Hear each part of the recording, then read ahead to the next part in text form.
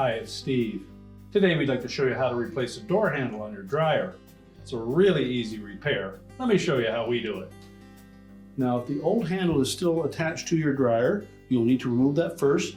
So take a stiff putty knife, then carefully slide that in on the right-hand side of that handle, being careful not to damage the paint, and just about the center of it, press it in firmly. To release the tab, tilt that end out, remove the handle and set it aside. Now, when installing the new handle, we're going to slide the beveled portion of it into position first. But to make sure that the latch connects on the back, we need to make sure that we push that in quite firmly. You may not be able to do that by hand, so we'll take our putty knife. We're going to cover the end of that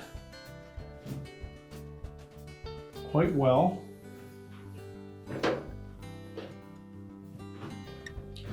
So that we can give a sharp wrap to the left.